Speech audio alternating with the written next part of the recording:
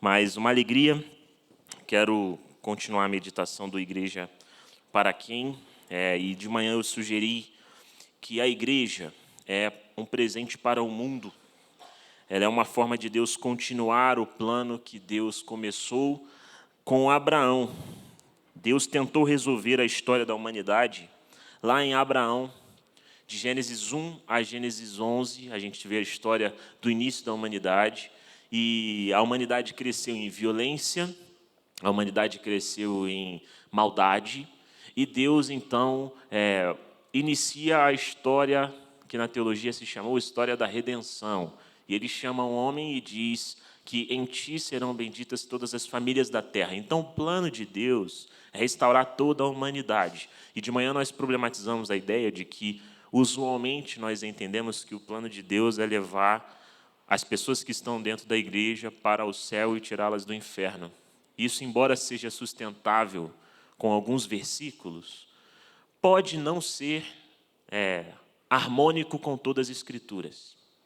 E por isso, eu quero dar uma sugestão hoje do programa da igreja no mundo. O que a igreja faz no mundo? Se ela é o farol para todas as nações, se ela é a forma que Deus encontrou para ter um corpo na história, o que ela faz no mundo? Qual é a boa notícia que a presença da igreja traz para o mundo? Em outras palavras, qual é o evangelho que nós anunciamos? Quando você está aqui e parte do ponto de que precisa evangelizar, já que você, como igreja, a igreja é para quem? É para toda a humanidade. Ela é um caminho de restauração para toda a humanidade. Ela atua de uma forma no mundo. E a nossa tradição, pegando algumas palavras da Bíblia, diz então que nós evangelizamos. A forma que nós abençoamos o mundo é evangelizando o mundo. Então, qual é o evangelho que nós anunciamos? Eu quero responder essa pergunta para você hoje. Qual é o evangelho que nós anunciamos? Gostaria que você fechasse os olhos e fizesse uma oração comigo. Senhor Jesus, muito obrigado por esse tempo. Que seja alguns minutos aqui, meditando ao redor da sua palavra, sua palavra Jesus, relatada nas Escrituras, para que a gente possa ter uma trajetória mais abençoada e próxima da tua vontade, correspondendo a ti como a comunhão dos discípulos. Em nome de Jesus que nós pedimos, amém. Amém. Nós somos batistas e os batistas estão inseridos no que a história chamou da igreja evangélica. Essa expressão evangélica, ela é muito disputada, mas usualmente relacionam a ideia de evangélico ao século 17, mais ou menos, 17 e 18 ali, como uma referência sinônima dos protestantes. É muito difícil você fazer uma distinção entre os protestantes e os evangélicos. Mas, de um modo geral, os historiadores perceberam que os evangélicos ou protestantes, nós aqui, que estamos aqui, que dedicamos a igreja a vida inteira, que nos identificamos nos censos como evangélicos, nós temos 4 marcas. Usualmente dizem que nós temos 4 marcas. E aí não tem ordem entre elas, tá? Mas a primeira é o biblicismo. Nós, um tempo atrás, éramos conhecidos como o povo do livro. É que hoje a gente tem a Bíblia no smartphone, mas geralmente nós éramos conhecidos como o povo do livro, o povo que andava com a Bíblia embaixo do braço e andando. O pessoal que talvez seja um pouco mais antigo lembra dessa referência para darem os nomes a nós aqui. E você repara, na sua própria tradição, meu pai, por exemplo, passava constantemente na porta do meu quarto e perguntava, já leu a Bíblia hoje? Já leu a Bíblia hoje? Já leu a Bíblia hoje? Você era educado a valorizar a Bíblia, a se organizar ao redor da Bíblia, pautar suas decisões ao redor da Bíblia, tomar as decisões da sua família, da sua vocação, do seu trabalho, à luz da Bíblia. E por isso que os historiadores, os sociólogos foram percebendo que esse grupo, que se chama mais ou menos evangélicos, eles têm algo com a Bíblia. A segunda marca é que eles têm algo com a cruz, e aí os historiadores chamam de crucicentrismo. Existe uma centralidade da cruz. Quase todas as igrejas que você conhece, na sua identidade visual, faz alguma memória à cruz. Porque esse movimento, ele lê a morte de Jesus de uma determinada maneira. Jesus morreu no seu lugar, porque você precisava pagar uma conta que não tinha como, mas aí Jesus paga essa conta no seu lugar. Deus precisava ser satisfeito, e aí morre Jesus no seu lugar, porque você não daria conta disso. Essa é a segunda marca, todo mundo sabe disso. A terceira marca, ativismo. Ativismo. Os evangélicos são ativos no mundo e na transformação do mundo, especialmente evangelizando. Eles estão convictos de que, uma vez que foram salvos, eles precisam então comunicar essa salvação e falar dessa salvação para as outras pessoas. Então você provavelmente já participou de inúmeras oficinas de evangelização, você provavelmente já participou de inúmeros movimentos de evangelização, já participou de inúmeras ações sociais, já participou de muita coisa, porque os evangélicos eles são ativos no mundo. Eles estão engajados no mundo. E, por fim, a ênfase no conversionismo. As pessoas precisam se converter. Cada tradição protestante, ela lida com essas 4 características. Todo mundo pegou essas 4 características, lembrou na sua própria história essas 4 características. Ela pega isso e usa de uma determinada maneira. E aí tem uma imagem, pode projetar aí, que vai te lembrar mais ou menos o que aconteceu na sua trajetória na igreja. Todo mundo lembra dessa pulseirinha aí? Quem aí lembra dessa pulseira? Levanta a mão. Quem já usou essa pulseira para conversar com alguém e converter alguém aí? O pessoal que não levantou a mão, então não era evangélico. Estou brincando. Mas eram variações desse tipo. Hoje eu descobri, inclusive, que tinha um livro, um cubo que você ia abrindo e desmontando, e no final... Essa não chegou no Rio de Janeiro. Essa aí foi novidade. No Rio de Janeiro era essa a pulseirinha. E se você é evangélico como eu, isso resume... que tudo isso está baseado na Bíblia, isso resume a sua experiência de fé. Então, a bolinha amarela, é porque Deus criou, né, as coisas, isso foi tudo. Aí tem sempre algumas variações, mas os sentidos são os mesmos. O amarelo, geralmente, em algumas escolas evangélicas, é o fato de que Deus criou tudo para viver em comunhão com Ele, como se estivéssemos juntos no céu, e por isso talvez uma menção às ruas de ouro, né? Mas o amarelo é essa referência. Você está lá, e é isso, você foi criado para viver em comunhão com Deus e tudo mais, mas algo aconteceu de ruim, e aí vem a bolinha preta. Isso é bem... Aconteceu uma coisa de ruim e vem uma bolinha preta. Aí vem a bolinha preta e fala que você pecou, e essa comunhão que existia com Deus, ela foi rompida. Ela foi rompida, essa comunhão. Então você não tem mais essa comunhão com Deus, porque agora você é pecador, totalmente pecador, e está destituído da glória de Deus. A ira de Deus está sobre você. E aí, você parava uma pessoa na rua, né? Vem cá, amigo, tudo bem? Nunca conheceu a pessoa, né? Vem cá, vim te dizer uma notícia. Mas eu preciso começar dizendo que você é pecador, né? Tipo, a pessoa, gente, bom dia, tudo bem? Boa tarde. Mas você precisava passar por aí, pela bolinha preta. Mas o sangue de Jesus derramado na cruz te lavou e te limpou, e te tornou puro, e aí vem a bolinha branca, não faz sentido nenhum, vem a bolinha branca, te tornou puro, e agora você precisa cultivar esse crescimento. Por isso, verde referência ao crescer na fé.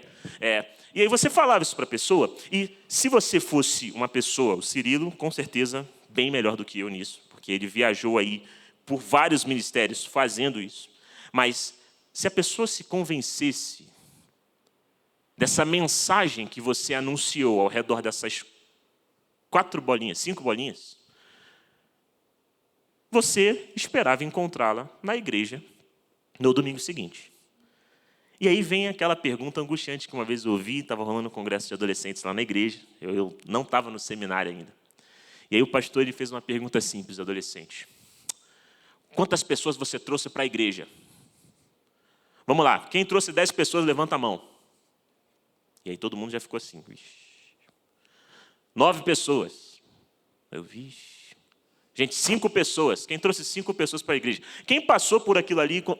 Quem passou por esse plano da salvação e conseguiu trazer 3 pessoas para a igreja? Aí uma pessoa levantou a mão e foi a vitoriosa do dia. Mas, de um modo geral, nós aprendemos que a presença da igreja no mundo, quando nós entendemos e lemos a Bíblia de que ela é o farol para as nações, e ela é o veículo dessa salvação, ela é a expressão corpórea dessa salvação, nós imaginamos que é isso. Então a gente vai sair na rua e evangelizar é você contar esse circuito de que Deus criou para ter comunhão com Ele, mas você é pecador, Jesus morreu no seu lugar, e aí você precisa, então, agora que está limpo, cultivar a sua fé. A gente vai lá, e se a pessoa se convencer disso, ela então vira um membro da igreja e passa a habitar essas cadeiras e estamos rumando ao céu. É isso, né, gente? Nós crescemos na igreja evangélica e é basicamente isso. Então, eu sei que você está preocupado, porque, como eu ficava preocupado, a sua avó, apesar de você tentar conversar disso sobre ela, ela não veio para cá. Mesmo você explicando todos os sentidos, ela não está aqui. Eu sei que você está preocupado com seu filho, porque as mães me param para conversar. No último domingo, que eu preguei nessa mensagem, uma mãe veio falar comigo, e ela disse assim: pastor, estou preocupado com meu filho. Ele não tem vindo para a igreja. Não está vindo aqui. E eu tive que ter uma conversa com ele. Eu falei: como é que foi essa conversa? Ela falou assim: eu tive que ser franca com ele, pastor. Eu falei: se eu morrer hoje, eu sei para onde eu estou indo. E você? Gente, eu virei: eita, mãe. Amém, querida. Deus abençoe. Mas a gente aprende nesse circuito, só que existem algumas falhas nessa narração, ou em esperarmos que a mensagem, o evangelho seja isso. Porque, por exemplo, onde tem nessa pulseirinha, que é um símbolo para tudo que nós cremos que é o evangelho, a palavra reino de Deus? Quantos aqui, quando pensam em um conceito de evangelho, lembram do reino de Deus? Porque a Bíblia, ela traz, se a gente for procurar por definições, e ela não é boa nisso, mas ela traz duas definições para o evangelho. Então, abre a Bíblia aí. A primeira é que você já conhece. 1 Coríntios, capítulo 15. Abre aí, 1 Coríntios, capítulo 15. A pulseirinha na parte vermelha pega esse versículo para justificar essa ideia. 1 Coríntios, capítulo 15, versículo 1. Eu lembro a vocês, irmãos, Paulo falando, o evangelho que eu anunciei, que vocês receberam, e no qual vocês permaneceram firmes, e pelo qual vocês são salvos, se vocês o guardarem como eu vos anunciei. Porque, caso contrário, vocês teriam acreditado em vão. Transmiti-vos, em primeiro lugar, aquilo que eu mesmo recebi. Então, primeira definição para o evangelho que você encontra na Bíblia, está aí, evangelho, 2 pontos. Cristo morreu por nossos pecados, segundo as Escrituras. Foi sepultado e ressuscitou ao 3º dia, segundo as Escrituras. Apareceu a Cefas e depois aos 12. Em seguida apareceu a mais de 500 irmãos de uma vez, a maioria dos quais ainda vive, enquanto alguns já adormeceram. Posteriormente apareceu a Tiago e depois a todos os apóstolos. E em último lugar apareceu a mim como a um abortivo. Essa é a primeira definição. Evangelho é você contar o que Jesus fez por você. E a nossa tradição evangélica, ela enfatizou a parte da morte. Mas tem uma vida e tem a ressurreição. Mas, de um modo geral, a gente vai aí. Só que existe um outro conceito. E aí a gente está, ao invés de 1 Coríntios 15, 1, a gente está em Marcos 1, 15. Vai aí, Marcos 1, 15. Marcos, capítulo 1, versículo 15. Depois que João foi preso, veio Jesus para a Galileia proclamando o evangelho de Deus. 2 pontos. Cumpriu-se o tempo e o reino de Deus está próximo. Arrependei-vos e crede no evangelho. Em Marcos 1,15, evangelho é o anúncio de uma realidade que está aqui e agora, acessível, disponível, participável, buscável. Ela está aqui. É uma realidade que está aqui, que chama Reino de Deus. E em 1 Coríntios 15, 1, o Evangelho é contar a história de Jesus à luz das Escrituras. É mostrar que aquele judeu que foi assassinado, na verdade, morreu por nossos pecados, segundo as Escrituras, ressuscitou. O que é o Evangelho, então? É contar a história de Jesus ou é você anunciar uma nova realidade? Esse nó foi tão complexo na história da igreja que alguns teólogos vão dizer assim que o que aconteceu depois que Jesus morreu e ressuscitou não foi pretendido por Jesus. Os apóstolos fizeram uma coisa que Jesus não queria. Jesus queria que eles anunciassem o reino de Deus e os apóstolos anunciaram a pessoa de Jesus. Eu não sou tão radical quanto esses teólogos e essas teólogas. Eu não sou tão radical assim. Mas eu realmente acho que nós precisamos de uma nova forma de entender o que é o Evangelho. E eu quero sugerir isso aqui agora para você. Evangelho é o anúncio de uma nova realidade que nasce da pessoa de Jesus. Evangelho é uma nova realidade que nasce da pessoa de Jesus. Qual é a boa notícia que temos para o mundo? Existe uma realidade disponível aqui agora que nasce da pessoa de Jesus. É isso que, na verdade, eu creio que as Escrituras estão dizendo que precisamos falar para o mundo. Se a igreja ela é um farol para o mundo, um farol para as nações, ela é um farol que está dizendo o quê? Que está iluminando o quê? Existe uma realidade aqui e agora, disponível, que você pode participar na pessoa de Jesus.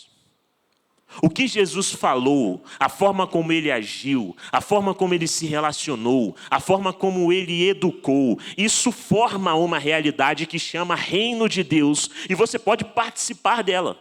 Não precisa ser mais desse jeito que você está vivendo. Você pode participar desta realidade. Você pode participar deste ambiente que nasce da presença de Jesus. É isso que você precisa dizer para o seu amigo do trabalho. É isso que você precisa lembrar ao seu amigo do trabalho. Você precisa falar, meu amigo, minha amiga, meu irmão, minha irmã, existe uma realidade que já está disponível aqui e agora e que vai encontrar sua plenitude daqui a pouco. E essa realidade, ela pode ser participada. Você não precisa mais andar tão cansado assim, tão culpado assim, tão atarefado assim, tão violento dessa forma, tão avarento dessa forma, tão indisposto dessa forma. Porque existe uma realidade disponível aqui e agora e ela é acessível na pessoa de Jesus. Todo mundo pegou a ideia? Entenderam? Evangelho é você anunciar essa realidade que nasce da presença de Jesus.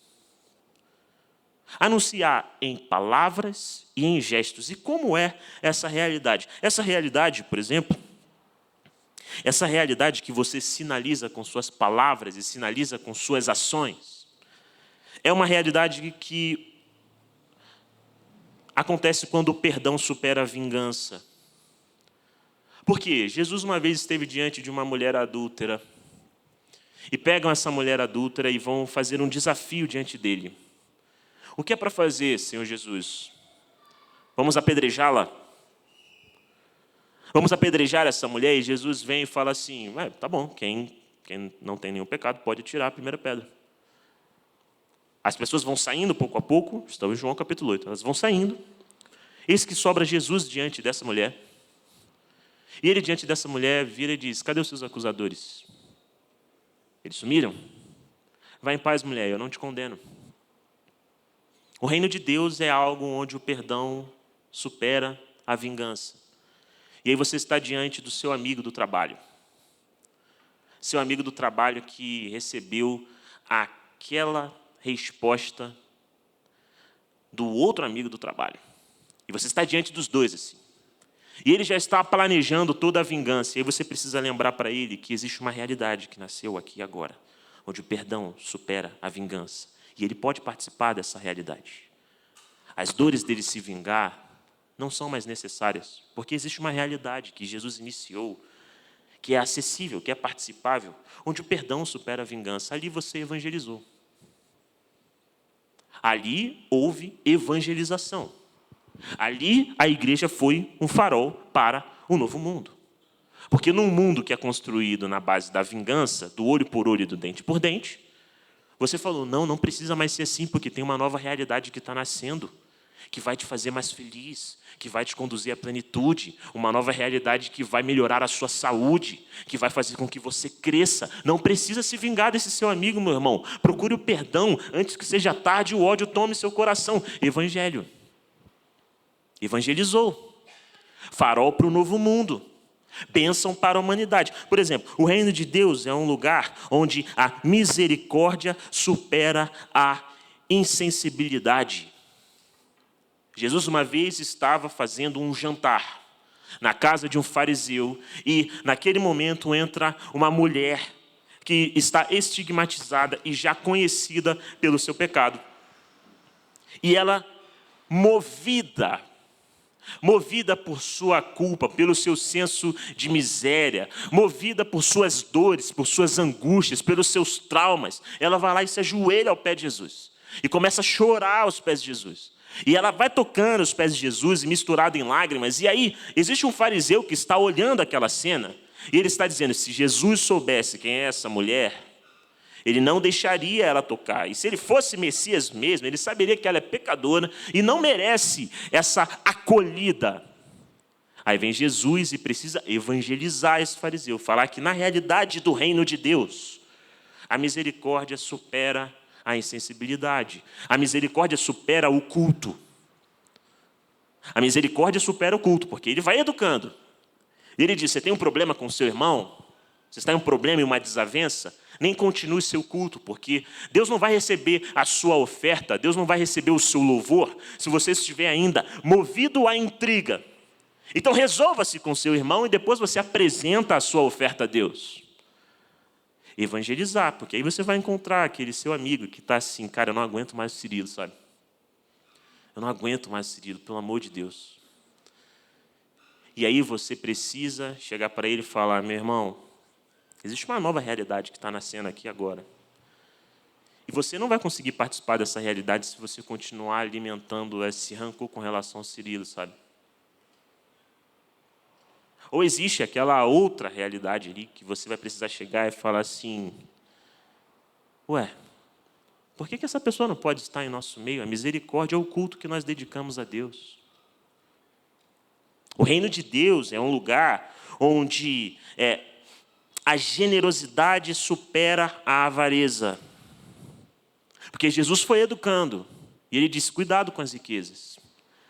Ela tem um potencial de perverter seu coração, de sufocar a sua fé. Cuidado. Lhe falta generosidade. O seu dinheiro tem sido só para você, para a sua família. Seu dinheiro não tem sido e tem servido a mais ninguém. Seus bens não estão disponíveis a ninguém. Jesus foi educando sobre isso. E na realidade do reino de Deus, participa aqueles que são generosos. E aí você vai estar junto com o seu marido fazendo o planejamento financeiro do mês. E enquanto vocês estão fazendo o planejamento financeiro do mês, vocês já organizaram todas as suas finanças para suprir apenas as suas necessidades. E aí você vai precisar falar para o seu marido: eu acho que a gente precisa ajudar as pessoas que nós sabemos que estão carentes. Você evangelizou seu marido. Ali houve evangelho, porque a realidade do reino de Deus, que você entra na pessoa de Jesus, ela é um lugar onde a generosidade supera a avareza. Ela é um lugar onde o cuidado supera a indiferença. Porque Jesus ele foi curando, e tinha gente que disse que ele não podia curar no sábado. Que ele não poderia fazer uma cura no dia de sábado. E ele está dizendo: na realidade do reino de Deus, a vida é o bem supremo, a saúde é o grande objetivo. E eu vou transgredir até leis, se for necessário, para que esse objetivo seja cumprido. Não vou ter nenhum problema se você está me dizendo que eu não posso fazer isso dentro da igreja. O que está em jogo aqui é a saúde dessa pessoa. E aí você vai precisar evangelizar. No fim, para a igreja ser o farol para o novo mundo, para ela ser este ponto de encontro, de manhã eu falei que então ela precisa cultivar no seu coração uma abertura para o outro, para a diferença. Ela não pode ser xenófoba nesse sentido. Ela precisa cultivar no seu coração essa abertura. E como ela é um farol para o novo mundo, o que ela está iluminando? O reino de Deus. Há uma realidade aqui e agora, disponível, acessível, participável na pessoa de Jesus. E você sinaliza, você demarca, você fala com essas pessoas. Meu pai tinha um jeito de evangelizar muito próprio dele. Ele, enquanto fazia churrasco, ele chamava os meus amigos ou qualquer pessoa que estivesse perto. E ele chamava: pô, vem, pega uma carne aí e tal. Aí a pessoa vinha, pegava uma carne. Aí ele: nossa, mas está quente aqui, né? Aí a pessoa, nossa, tá quente mesmo, seu Magá. Ele não se converte não, para tu ver para onde tu vai, filha. Se converte não, para você ver. Ele brincava assim, mas eu acho que ele até acreditava um pouco nisso. Mas eu vi meu pai evangelizando quando eu estive com ele numa loja. Ele atendia um cliente que ele apelidou de cabeludo, porque era careca. Não tinha nenhum cabelo. E aí ele falou, não, estou indo lá no cabeludo. E esse dia eu estava indo com ele. E meu pai, ele atendia esses clientes, ele era revendedor de material de construção. Ele chegava com a tabela da empresa dele e ia passando, né, todo o catálogo. Só que enquanto ele passava, ele ia conversando com a pessoa. E eu lembro que naquele dia, enquanto eu estava no celular esperando meu pai terminar, aquele homem estava falando com meu pai e eu ouvi de canto sobre o filho dele. Ele estava falando, Magalhães, não entendo mais meu filho, a relação com ele está difícil em casa. E eu lembro do meu pai ressoando, cabeludo, você não pode violentar seu filho. Você não pode tratar seu filho dessa forma, ele vai se revoltar contra você. Você não pode tratar seu filho dessa maneira, porque só está cultivando um problema. Você tem que amar seu filho, ser generoso com ele, acolher seu filho. Evangelizou. Porque na realidade do reino de Deus, que a gente está sinalizando, iluminando, a violência não é a métrica. A vingança não é a métrica. A educação na base do terror não é a métrica. Então meu pai precisou lembrar aquele homem que existe uma realidade diferente que ele pode participar. E o cabeludo não foi para a igreja. Eu nunca vi o cabeludo entrar numa igreja, ocupar nenhum banco. Mas eu lembro do cabeludo conversar com meu pai enquanto estava na loja, de ligar para o meu pai em outros momentos para conversar sobre o filho. Por quê? Porque meu pai estava sinalizando uma nova forma de ser pai ali. Um novo tipo de paternidade, acessível e buscável. E se você olhar o que meu pai estava sugerindo, é a realidade que nasce da pessoa de Jesus. Isso muda tudo. Porque a gente deixa de tentar convencer a pessoa a ocupar esses bancos e começa a lembrar que o objetivo real é o anúncio de uma nova realidade que você pode participar. Preencher esses bancos é a atividade do Espírito Santo, nunca foi nossa. E não é porque aqui estão os que estão indo para o céu. Esse paradigma ele é antiquado, ele não serve tanto.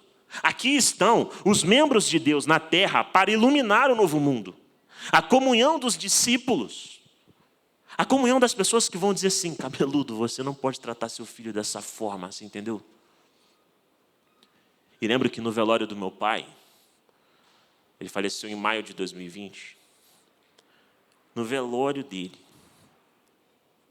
foram inúmeras pessoas que eu, a minha mãe e a minha irmã, nós nunca tínhamos encontrado em toda a nossa vida. E elas vinham com lágrimas e falavam, Israel, e eu ficava, oi, e eu não sabia quem era.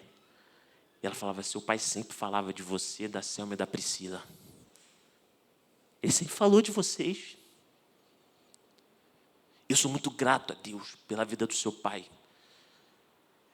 Ele foi uma pessoa indispensável para a minha vida e para a saúde do meu casamento, para a saúde com meu filho. Ele foi muito importante.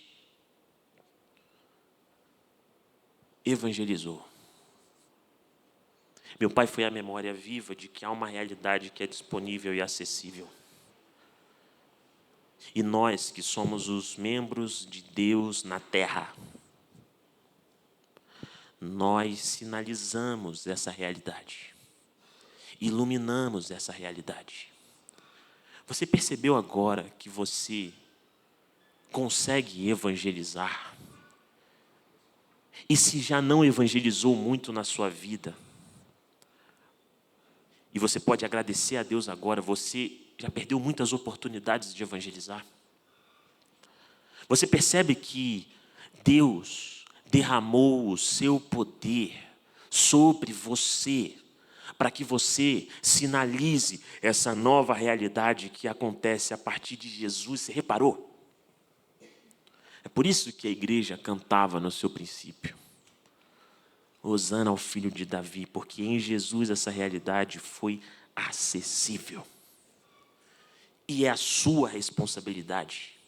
Porque para quem é a igreja? É para o bem da humanidade, é para abençoar as famílias da terra. Você está aqui porque Deus está querendo convocar o mundo para participar desta nova realidade. Ele precisa dos seus agentes, ele precisa dos seus servos, e sobre essas pessoas ele derrama poder, autoridade sobre a vida e sobre a morte, para ministrar a saúde que cabe no reino de Deus, a justiça que cabe no reino de Deus, a paz que existe no reino de Deus, o perdão que existe no reino de Deus. Entendeu?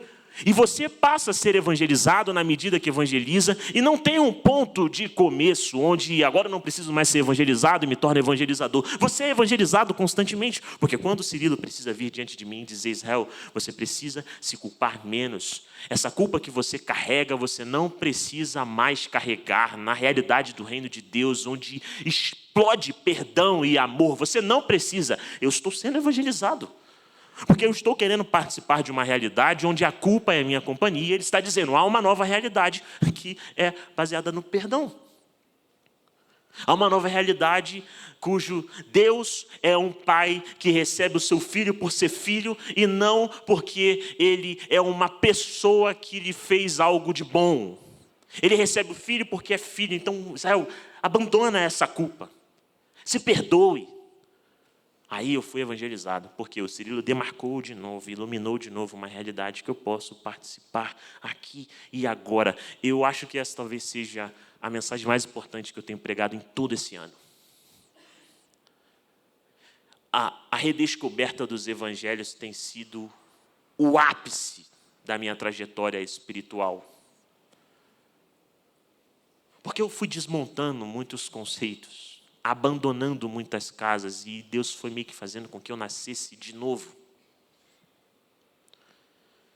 E é meio confuso nascer de novo. Você não sabe muito bem das coisas. Você é novo, né? Nasce de novo. Mas essa mensagem eu acho que é a mais importante. Então, o meu desejo para a PIB de Campinas é que essa igreja seja uma comunidade que tem no seu coração a abertura para o outro e para a diferença. E juntas, em comunhão, sinalizem a realidade que está disponível aqui e agora na pessoa de Jesus. Sai daqui e evangeliza.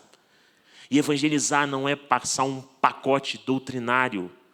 Não é você convencer a pessoa da pulseirinha para que ela venha aqui dentro, você pega o número dela e ela passe a habitar aqui dentro. Não. Evangelizar é você sinalizar uma nova realidade. Quando eu morei em Arujá, eu encerro com essa história. Quando eu morei em Arujá, a gente tinha um trabalho toda quarta-feira nas escolas que tinham em Arujá. A gente já servia 2 escolas, dando aulas sobre cidadania, aspectos gerais. A gente não podia falar nominalmente, porque estávamos num espaço de rede pública, não rede privada. E a gente tinha que aproveitar essa oportunidade para, de alguma forma, comunicar, em nossas palavras e nossos gestos, uma nova realidade, certo? Uma nova realidade possível. A gente tinha que evangelizar. E eu lembro que a escola que a gente chegou, no início do trabalho, eu comecei a notar que as meninas bebiam água no bebedouro de costa para a parede. Então a parede estava aqui, o bebedouro aqui, e ela fazia assim, ó. E eu achava aquilo estranho. Só quem bebe água assim? Geralmente você vai lá e você... Por que a menina está bebendo água assim? Até um dia que uma menina foi beber água assim, passou o menino e deu um tapa na bunda dela. Aí eu falei: acho que tem alguma coisa acontecendo aqui. Entendi. As meninas subiam a escada e elas subiam com a mão para trás. Porque os amigos da sala dela aproveitavam que elas estavam subindo a escada para passar a mão na bunda delas. Alguém precisava evangelizar ali. Porque aquela realidade nascia na objetificação, aquela realidade estava amarrada pelo desrespeito, E alguém precisava dizer: atenção, escola, há uma realidade diferente. Meninos, na nova realidade vocês não podem desrespeitar as mulheres dessa forma. Evangelizar.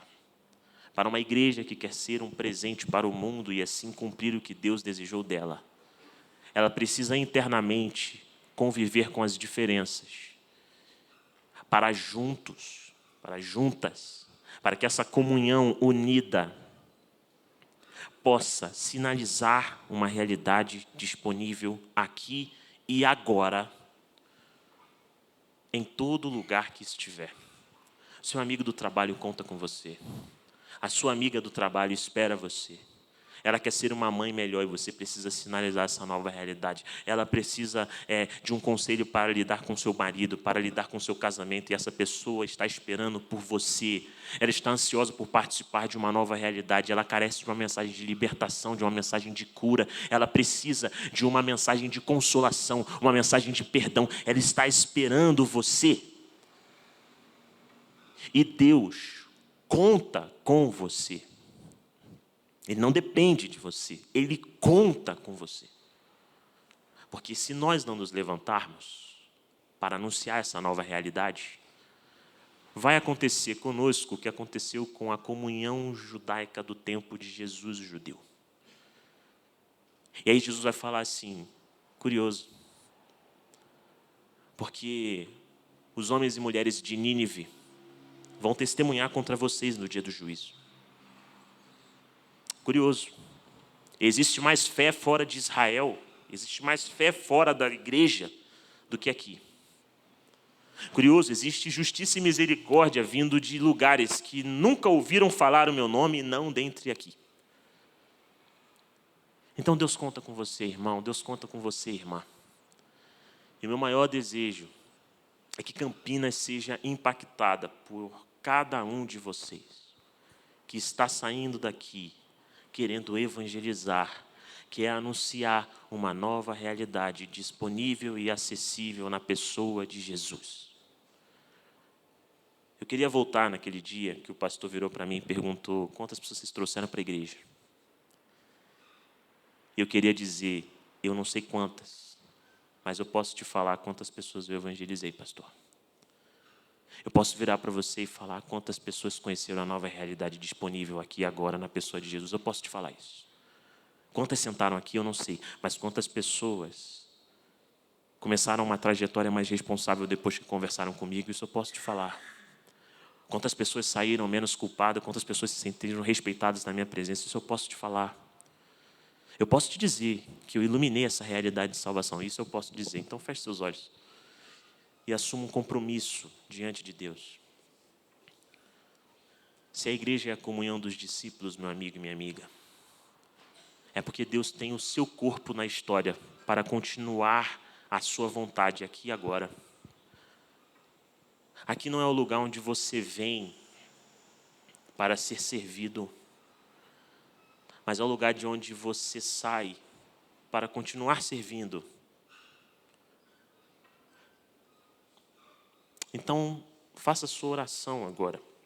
Senhor Jesus, somos gratos a Ti e pedimos para que a imagem que o Senhor teve, olhando toda a multidão, clamando por trabalhadores, possa invadir o nosso coração.